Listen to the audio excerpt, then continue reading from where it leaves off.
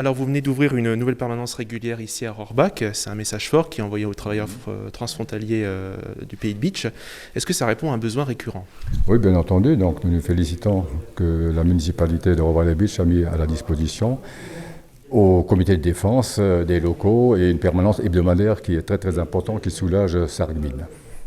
Et les travailleurs frontaliers donc, souffrent particulièrement depuis le début de la pandémie. Quelle est la situation aujourd'hui?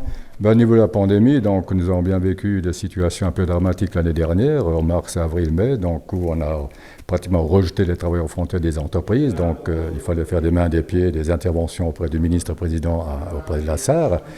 Donc ça s'est réglé un peu, mais nous espérons que maintenant, on ne va pas de nouveau fermer les frontières.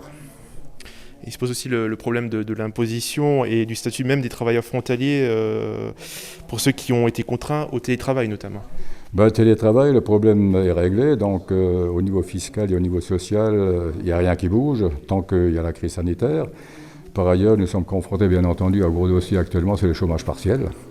Donc il faut savoir que les Allemands ne respectent pas la convention fiscale franco-allemande qui a été signée, un avenant a été signé le 31 mars 2015 qui dit clairement que le chômage partiel est exclusivement imposable en France et actuellement, pour le calcul du chômage partiel, les Allemands retiennent un impôt fictif à la source. Donc le travailleur frontalier paye les impôts en Allemagne et en France. Ça, c'est inacceptable, donc nous n'arrêtons pas d'intervenir auprès des autorités à Berlin, à Paris, pour que cette situation se règle. Actuellement, nous sommes déjà à près de 1000 dossiers de réclamation que nous faisons auprès des employeurs et auprès de la Bundesagentur für Arbeit. Est-ce qu'il y a avec tout ça une embellie à l'horizon? Une embellie, moi pour le moment je ne vois pas d'embellie, au contraire, donc il y a beaucoup d'entreprises qui profitent du Covid pour fermer des usines, pour licencier. Donc il y a un matraquage au niveau de nos acquis sociaux, de nos conquêtes sociales, donc que nous n'acceptons pas.